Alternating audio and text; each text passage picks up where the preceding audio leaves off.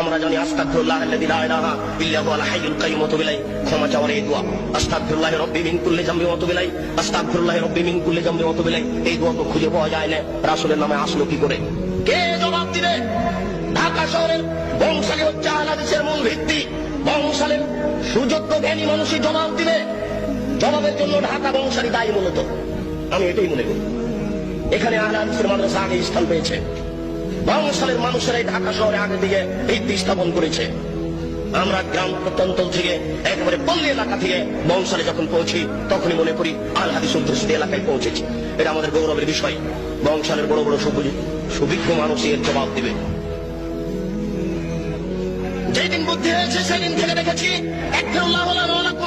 সারান্দর সময় দোয়া করে আসি। আমার শিক্ষক চাচা মক্তবের মসজিদে আমাদেরকে পিটিয়ে এই দোয়া মুখস্থ করিয়ে নিয়েছেন। এই দোয়ার ভিত্তি কোথায়? কে জবাব দিবে? জবাব দিবে কে? জবাব দেওয়ার জন্য কে প্রস্তুত রয়েছে? আমি সংক্ষিপ্ত আকারে বলে যাচ্ছি। এদেশের এক শ্রেণীর আলেম ধর্ম বিকৃত করছে। আপনারা এটা বিশ্বাস রাখেন, তাহলে আপনারা হক পাওয়ার চেষ্টা করবেন। মাছ দিয়ে ভাত খায় মানুষ, কাঁটা ফেলে খায়। বুদ্ধি আছে, কাঁটা সহ খায় না। অতএব শরীয়ত যেটুকু জানতে চাইবে, যেটুকু জানতে হবে, সেটুকু প্রমাণ সহকারে জানতে হবে। আমরা শুনেছি আমাদের মা চাচারা গ্রামে বলতেন যে, এই শোনো, তোমরা মহিষের কুরবানি দিও না, মহিষের গায়ে লোম কম।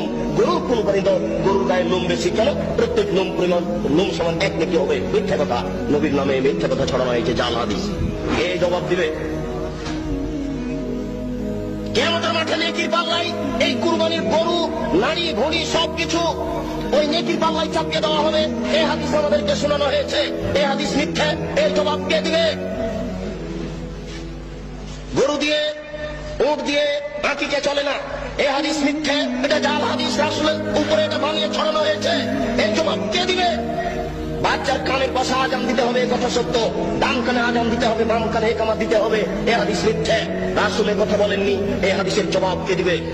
মায়ের দিকে সোনজরে তাকালে কবুল হজের সমান নেকি হয়, এ হাদিস মিথ্যা। মায়ের পায়ের নিচে জান্নাত, এ হাদিস সত্য। মায়ের পায়ের নিচে জান্নাত, এ হাদিস ঠিক। মায়ের পায়ের নিচে জান্নাত, এ হাদিস ঠিক। বাপ মায়ের নিকটে বাপ মায়ের দিকে সোনজরে তাকালে কবুল হজের সমান নেকি হবে, এ হাদিস রাসূলের উপরে মিথ্যা আরোপ করা হয়েছে। এই জবাব কে দিবে? এই জন্য মনে রাখবেন, রাসূল সাল্লাল্লাহু আলাইহি ওয়াসাল্লাম একদা যাচ্ছিলেন মেরাজে জিবরাইল আলাইহিস সালামের সাথে। তিনি দেখলেন কতগুলি লোকের জিহ্বাকে আগুনের কেঁচি দিয়ে কেটে দেওয়া হচ্ছে। কতগুলি লোকের জিহ্বাকে আগুনের কেঁচি দিয়ে কেটে দেওয়া হচ্ছে। আল্লাহর নবী বলেন, মান হাওলায়ে জিবরাইল, এরা কারা যাদের জিহ্বা কেটে দেওয়া হচ্ছে? জিবরাইল আলাইহিস সালাম বলেন, হাওলায়ে খুতবাইন উম্মতে, এরা হচ্ছে আপনার উম্মতের বক্তা, যারা বক্তৃতা করে বেড়াতো, তাদের জিহ্বা আগুনের কেঁচি দিয়ে কেটে দেওয়া হচ্ছে। কি বুঝলেন? কি বুঝলেন? আর আমি কি বুঝালাম?